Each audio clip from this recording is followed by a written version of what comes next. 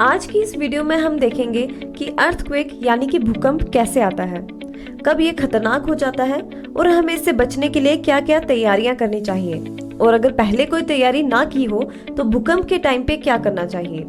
साथ ही ये भी जानेंगे कि अर्थक्वेक के जोन्स कौन कौन से हैं और इन जोन्स का क्या मतलब है। स्वागत है आपका ट्रुथ इन ब्रीफ में। आप में से अधिकतर लोगों ने ये टर्म सुनी होंगी, जैसे कि focus, epic centre, waves, tectonic plates. तो मोटा मोटा इन टर्म्स को हम समझ लेते हैं। सबसे पहले बात कर लेते हैं फोकस की। फोकस वो पॉइंट है जमीन के अंदर जहां से अर्थक्वेक की शुरुआत होती है। ओके, अब समझिए एपिक सेंटर को।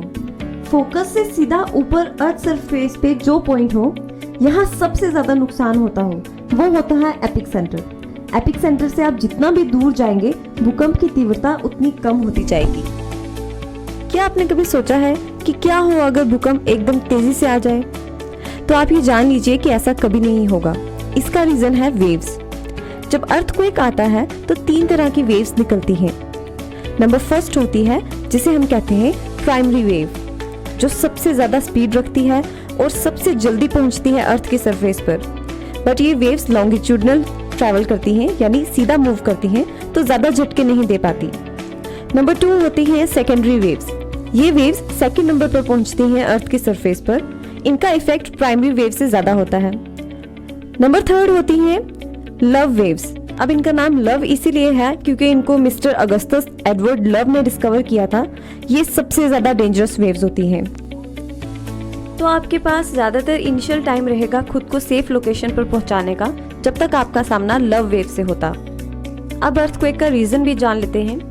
अर्थ मेनली 4 लेयर से बनी है: crust, mental, inner core, outer core. Crust और ऊपर की मेंटल को लिथोस्फीयर कहा जाता है। अब ये 50 किलोमीटर की मोटी परत कई वर्गों में बटी हुई है, जिन्हें टेक्टोनिक प्लेट्स कहा जाता है। यानी धरती की ऊपरी सतह 7 टेक्टोनिक प्लेट से मिलकर बनी है।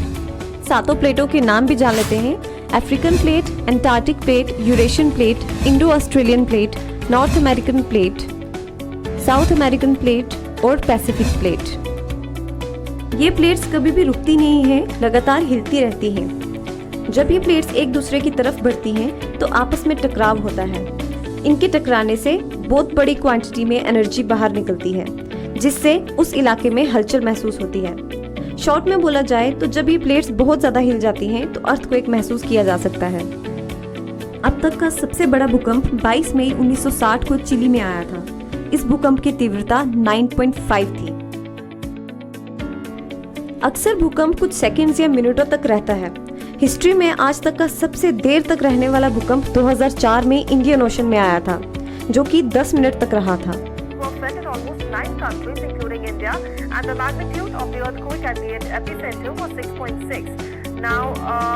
21 मार्च 2023 को रात को आए भूकंप का एपिक सेंटर था हिंदू कुश रेंज, अफगानिस्तान में। इस भूकंप की तीव्रता थी 6.5। अफगानिस्तान में अर्थक्वेक्स यूजुअली आते ही रहते हैं हिंदू कुश माउंटेन रेंज के आसपास, क्योंकि ये माउंटेन रेंज यूरेशियन प्लेट और इंडियन टेक्टोनिक प्लेट के जंक्शन के पास है। अर्थक्वेक के मैग्नीट्यूड को मापने के लिए रिक्टर स्केल का इस्तेमाल किया जाता है। अब समझ लेते हैं कुछ जोन्स को। आपकी स्क्रीन पर आपको जो इंडिया का मैप नजर आ रहा है, यहाँ पे कुछ जोन्स नजर आ रहे होंगे। सबसे पहले बात करेंगे जोन 2 की, जो ब्लू कलर का एरिया शो कर रहा है। इसको लो रिस्क जोन भी कहते हैं, क्योंकि इस जोन में अर्थक्वेक का मैग्नीट्यूड 6 या उससे भी कम होता है। जोन 3 की बात कर लें तो ये मॉडरेट रिस्क जोन रहता है। जोन 3 आपको येलो कलर में दिख रहा होगा। इन एरियाज में अर्थक्वेक का मैग्नीट्यूड 7 या उससे कम होता है। अब देखिए, नेक्स्ट है जोन 4, जो कि ऑरेंज कलर में नजर आ रहा है। जोन 4 में अर्थ का मैग्नीट्यूड 8 रहता है।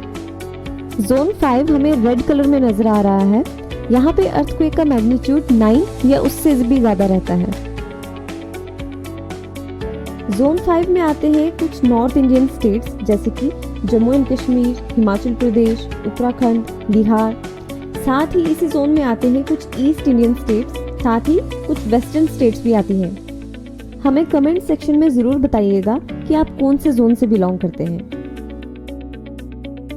इन्हीं जोन्स के हिसाब से बिल्डिंग्स बनाते समय बिल्डिंग्स में डाले जाने वाले स्टील का हिसाब भी लगाया जाता है। और आप ये सुनकर हैरान हो जाएंगे कि 98% घर जो जे&के स्टेट में हैं, वो भूकंप को ध्यान में रखकर बिल्कुल भी नहीं बनाए गए हैं। यानी उनका स्ट्रक्चरल डिजाइन ऐसा नहीं है कि तेज भूकंप आने पर भी वह बिल्डिंग्स खड़ी रह पाएं। अर्थक्वेक एक नेचुरल कैलामिटी है जिसको टाला तो नहीं जा सकता, बट हाँ, उससे बचने के लिए कुछ उपाय किए जा सकते हैं।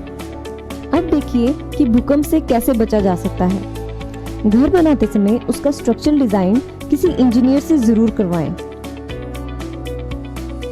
मार्केट में सिस्मिक आइसोलेटर्स भी अवेलेबल हैं, बट वो आम आदमी की पहुंच से बहुत दूर हैं, इसलिए अर्थक्वेक रेजिस्टेंट स्ट्रक्चरल डिजाइन जरूर करवाएं। प्राइमरी वेव्स का पूर्व अनुमान लगाने के लिए मार्केट में कुछ ऐसे डिवाइसेस भी अवेलेबल हैं जो प्राइमरी वेव्स के आने पर अलार्म बजाएंगी और आपको सचेत करेंगी लव वेव्स के आने से पहले। घर बनाते समय म्युनिसिपल कॉर्पोरेशन द्वारा लागू किए गए बिल्डिंग बाय लॉज का ध्यान जरूर रखें, जिसमें घर के आगे और पीछे कुछ खुली जगह छोड़ने का निर्देश है। जो भी अभी तक हमने बात की, ये सब हमें अर्थक्वेक होने से पहले अपनी तैयारी करके रखनी है। लेकिन जब अर्थक्वेक हो रहा हो तब हमें क्या करना है, आप समझिए। सबसे पहले काम रहिए और पैनिक मत कीजिए। दूसरी बात यह है कि आपके आसपास कोई भी टेबल हो तो उसके नीचे छुप जाइए, अपना सिर उसके नीचे छुपा दीजिए और वहीं पे रुकिए जब तक झटके पूरी तरह से नहीं रुक जाते। और तीसरी बात, घर से बाहर भागने की कोशिश मत कीजिए। हाँ, तब भागिए जब पूरी तरह से अर्थक्वेक रुक चुका हो। अगर आप घर के बाहर हैं तो पेड़ों से दूर हो जाइए, बिल्डिंग्स से दूर हो जाइए। हम ये उम्मीद रखते हैं कि ये बताए गए तरीके आपको हेल्पफुल जरूर साबित होंगे कभी अगर ऐसी सिचुएशन आती है तो।